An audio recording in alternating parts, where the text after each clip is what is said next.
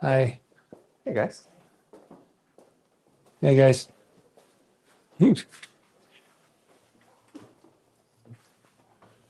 All right. Hi, everybody. Are we good to go, Ryan? Okay. Beautiful. Hello, everybody. Thanks for coming. To those in the room, thanks for filling it up. It's always good to have a sold-out room. To those watching online, thanks for joining us. First off, I just want to say thanks to my staff, everybody that's been working hard for the last couple of months as we work through this process to find the next leader of our team on the pitch. Thanks to the fans and our partners, some of whom are here today, for sticking with us as we work through this. It's been a great start to the off season. Again, we've set a record for our renewal rate on season tickets and corporate partners, so we're really excited about what next year brings. And at the end of the day, that's really why I take this responsibility so seriously, to try to bring the best person in that I possibly can to help take us to the heights that we want to get to, which is to win trophies.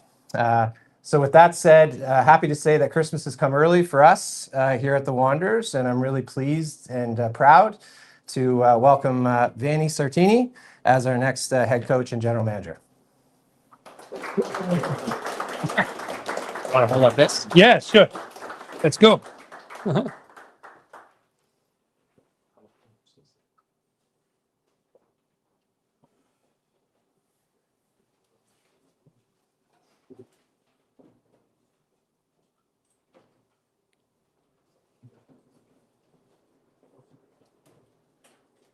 All good?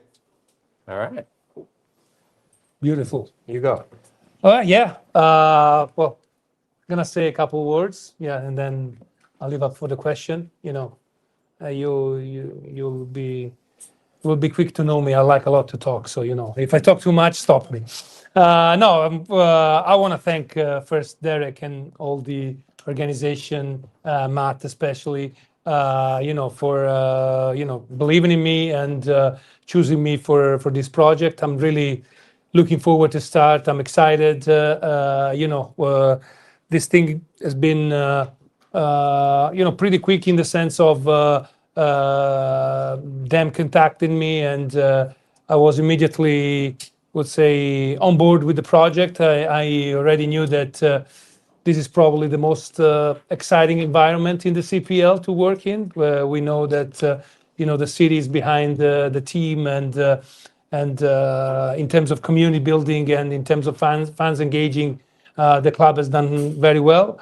The team is doing, I would say, pretty well in the last few years. Now it's just a little bit of the last step to do, and hopefully we're gonna do it. You know, that's why we decided to come here. I'm coming from a year of inactivity. Everybody knows that I coached till at the end of 2024, so I'm actually really looking forward. I was starting to get into NC. I was starting to coach my cats at home. So you know, it's I'm really looking forward to hit the ground, both on the field, but even now, like because that's another thing that make this project very appealing to me. The fact that of course I'll be the head coach, but basically for the first time I will be not only be a participant in the construction of the roster, but I will have more or less the final say, even though it will be always a team effort to do it. So yeah, I'm really looking forward, and also now looking forward to your question, guys.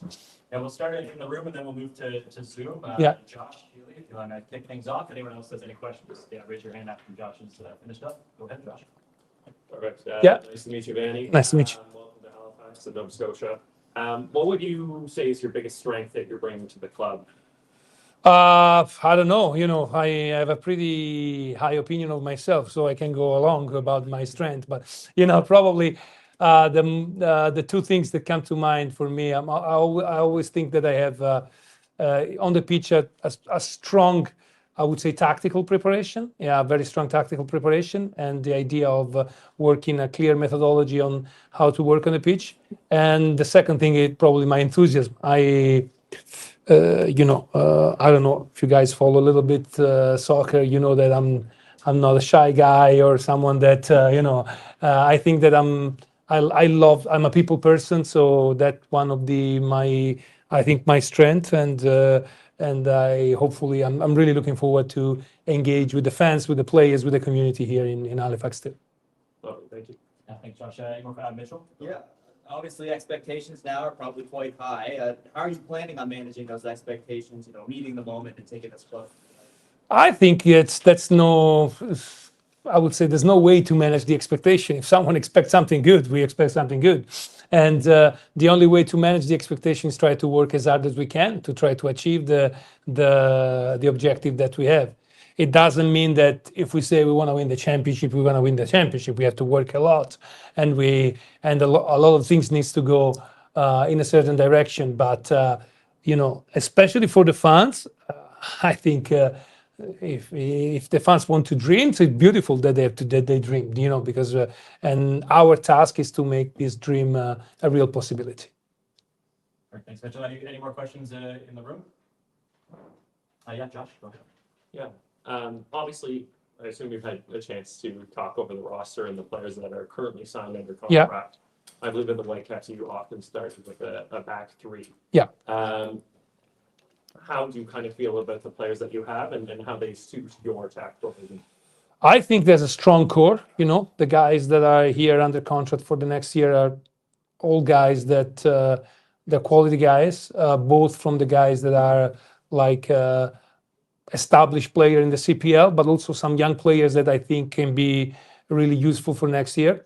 There's also, we are evaluating all the players on option, and we'll for sure we'll retain some of them because I think there's a good core. It's very, very, very soon, in my opinion, to say back three, back four, because a lot of this thing is given by the fact of the players that we're able to sign from now till to the start of the season.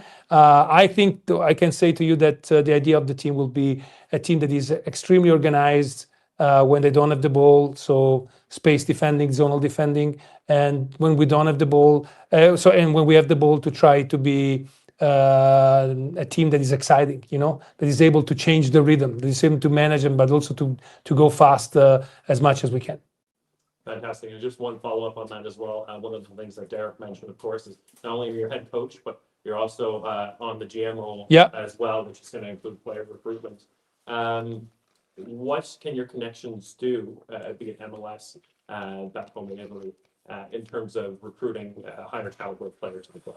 Yeah, I hope that it will help for sure. I've been working in an MLS environment for the last 6 years. I know a lot of people, and the landscape of Canadian soccer is no longer, I would say, unknown to me, and we have a lot of connection. The other thing that, but of course, being Italian, I have a lot of connection in Europe too. So it's good to have the possibility to explore different markets and to be able to sign the best player possible.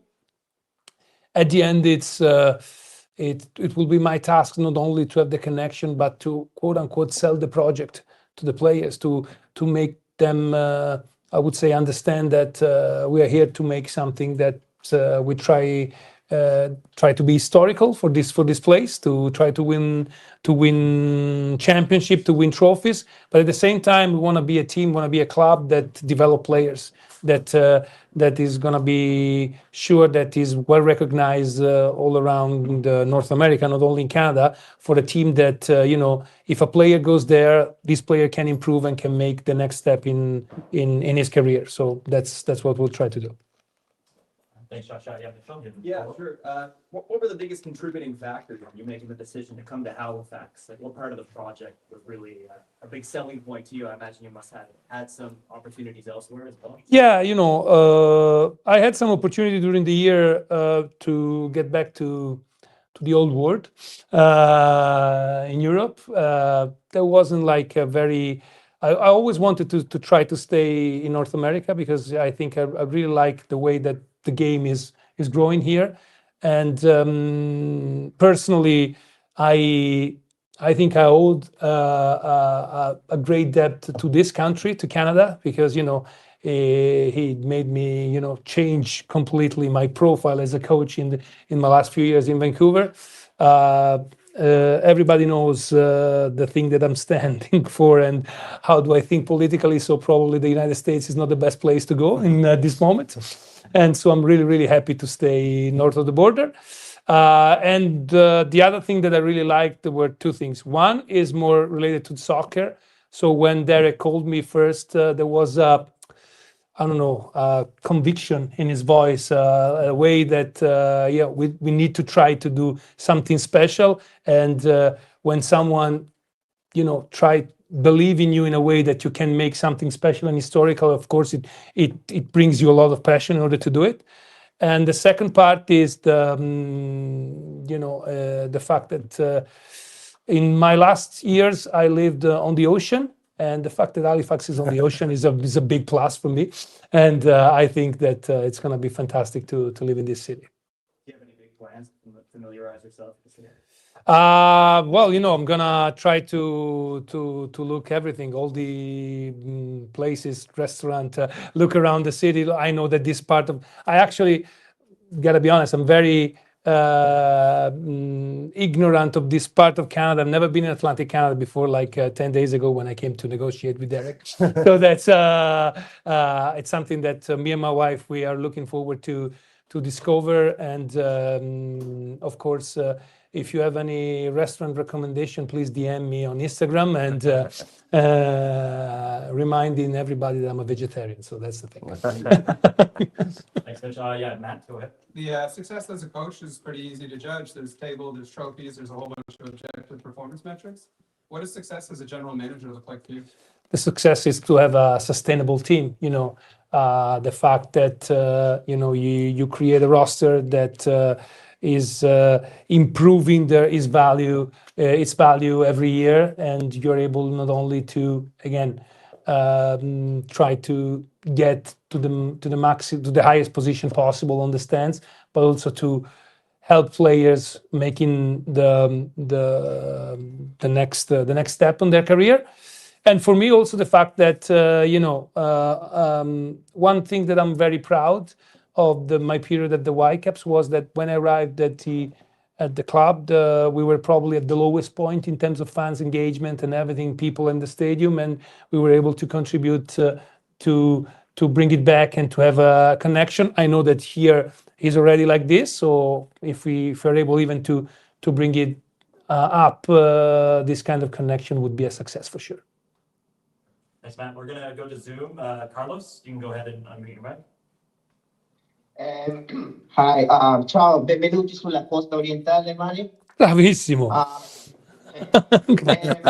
During your time in Vancouver, the club is known, as having one of the best young development systems. Yeah. Having some limitations here in Halifax now, as having a bigger role.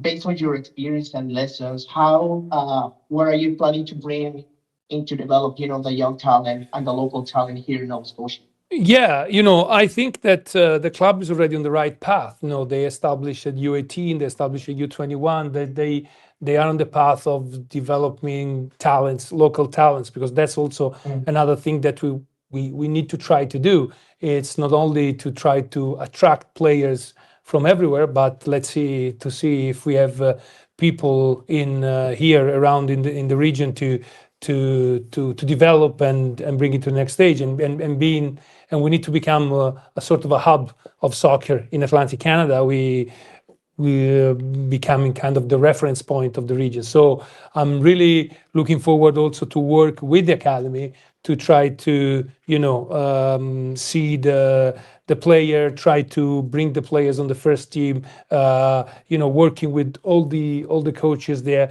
that are in the system in order to create that kind of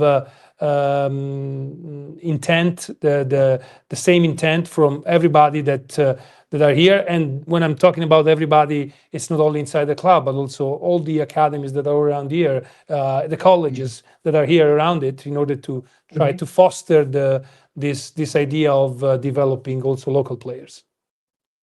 Grazie mille. Prego. Thanks, Carlos. Last call for questions before we wrap up. Awesome. Thanks, everyone. Thank you. Fantastico. Yeah. Beautiful. Thank you. Thank you. Recording.